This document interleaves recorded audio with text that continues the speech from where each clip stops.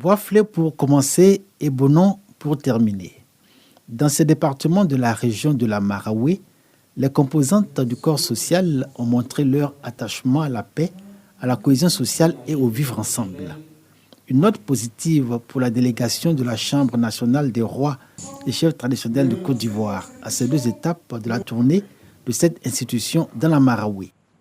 À l'approche des élections présidentielles, souvenons-nous de notre passé et disons avec force et détermination à nos populations et à toutes les organisations de la société civile: je donne ma voix pour la paix.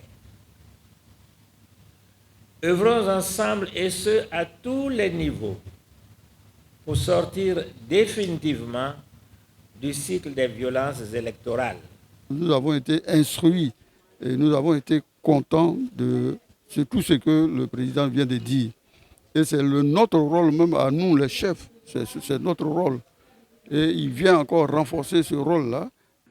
Dans l'une comme dans l'autre de ces deux localités où les dernières élections ont été marquées par des violences, les autorités préfectorales de la région de la Maraoué, avec l'apport des leaders communautaires, les chefs religieux et les chefs traditionnels, ont été les acteurs du retour à l'apaisement. Quoique dans cette région, les jeunes se laissent encore instrumentaliser par les politiciens et se font contestataires à souhait de l'autorité des chefs traditionnels. Il faut renforcer l'autorité des chefs. Et en renforçant l'autorité des chefs, on renforce aussi l'autorité de l'État. Parce que désormais, le village est la cellule de base de l'administration ivoirienne. Donc les chefs de village ont un rôle très important dans le fonctionnement de l'État. Et là, ils nous montrent la voie à suivre. C'est-à-dire nous, jeunes, on doit aussi prendre nos bâtons de pèlerin, essayer de mener aussi des campagnes de sensibilisation dans le sens de la paix, bien sûr, et puis dans le sens aussi d'une élection apaisée. De cette tournée des rois et chefs traditionnels de Côte d'Ivoire, un enjeu bien clair. L'engagement renouvelé à fédérer les populations autour des valeurs de cohésion sociale et de respect mutuel avant le grand rendez-vous électoral d'octobre 2025.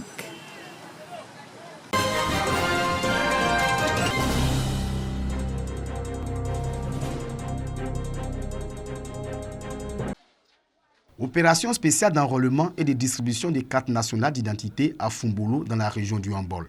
Cette campagne de masse à l'initiative du maire de la commune, soutenue par la délégation départementale de l'Office national de l'état civil et de l'identification Onessi d'Abakala, vise à faciliter l'accès aux documents d'identité pour les citoyens. Une joie pour les populations qui ont pris d'assaut l'esplanade de la mairie de la localité. Nous sommes venus pour partager les cartes, enrôler les gens pour qu'ils puissent avoir un titre de nationalité, comme la carte d'identité. Il y a déjà près de 300 cartes disponibles.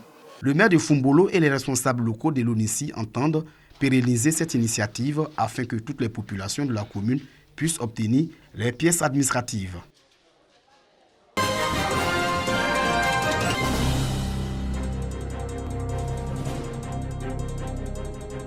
Séance d'information, de sensibilisation et de renforcement de capacité du corps préfectoral, des directeurs régionaux, des chefs de services et leaders d'opinion de la région du Hambol sur les missions de l'autorité nationale des régulations du secteur de l'électricité en Côte d'Ivoire.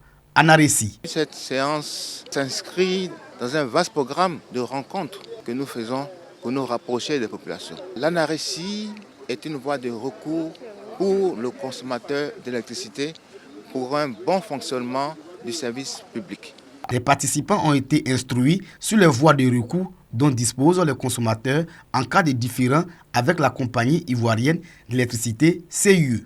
La nécessité de payer sa facture d'électricité et de protéger les infrastructures électriques contre le vandalisme et la fraude était également à l'ordre du jour.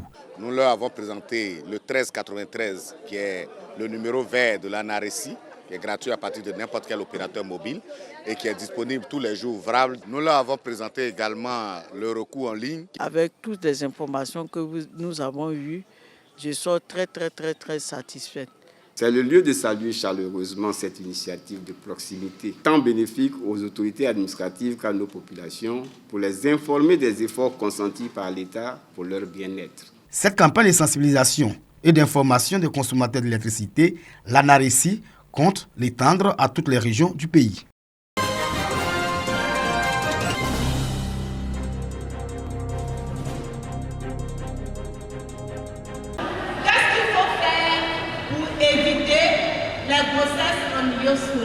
Au lycée moderne de Tabo, une sage-femme en fonction à l'hôpital général de la ville est face aux élèves de cet établissement. Rachel Kofi entretient les filles et les garçons sur les méthodes contraceptives. L'un des moyens, indique-t-elle, pour éviter les grossesses en cours de scolarité. Je vous encourage à utiliser le préservatif parce que le préservatif, c'est une méthode à double protection. On a les maladies sexuellement transmissibles et on a le VIH/SIDA aussi. Les pilules, les injections, les implants, le DUR ne peuvent pas te protéger des maladies. La seule méthode qui peut te protéger des maladies et des grossesses, c'est le préservatif. La communication de la sage-femme s'inscrit dans la campagne de sensibilisation contre ce fléau que mène à Tabo l'ONG Filles Conscientes, à l'objectif de réduire de façon substantielle les cas de grossesse dans ce département. Selon le Conseil national des droits de l'homme de Côte d'Ivoire, CNDHCI, 114 filles en cours de scolarité sont tombées enceintes à Tabo sur un total de 114 relevés dans la région de l'Agnébitiassa. Et pour toucher les cibles, plusieurs activités au menu ont été menées. Un concours de crack, des sketchs à thème et des messages des parents pour édifier les élèves. Les filles ont montré un grand intérêt pour cette campagne et ont promis de privilégier leurs études, surtout ne pas décevoir leurs parents qui œuvrent pour leur devenir. Lorsqu'une fille tombe enceinte, c'est d'abord 9 mois de risque. C'est encore 2 ans, 3 ans qu'elle doit passer parce que l'enfant qui naît a besoin de sa mère. Lorsqu'une jeune fille prend grossesse, ça nous cause un retard de 4 ans sur sa vie. L'ONG Filles Conscientes s'est fixé comme objectif de lutter contre les grossesses en cours d'année scolaire. Oui, parce que nous sommes conscients que nos jeunes filles sont frappées par des fléaux qui ralentissent et détruisent leur élan, autant scolaire que social. Cette campagne de sensibilisation à Tabo contre les grossesses en cours de scolarité est la seconde du genre que mène l'ONG Filles Conscientes. La première a eu lieu en 2024 à Toumoudi.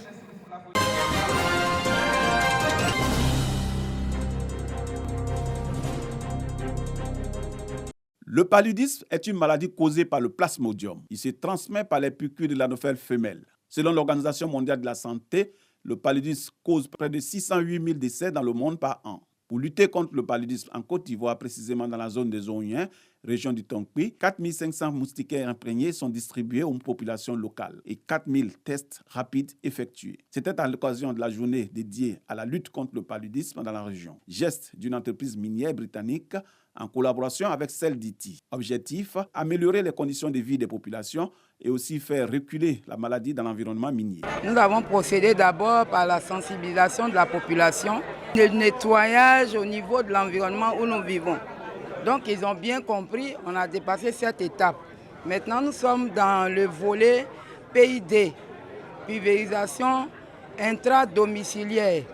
C'est cela que nous allons commencer maintenant dans la ville de Zouanien. Pour une meilleure prévention contre le paludisme, l'accent est mis sur la sensibilisation avec l'appui de l'Institut national d'hygiène publique, INHP. Le paludisme est un défi majeur dans nos communautés, essentiellement en Afrique de l'Ouest, qui affecte la vie des milliers de personnes chaque année.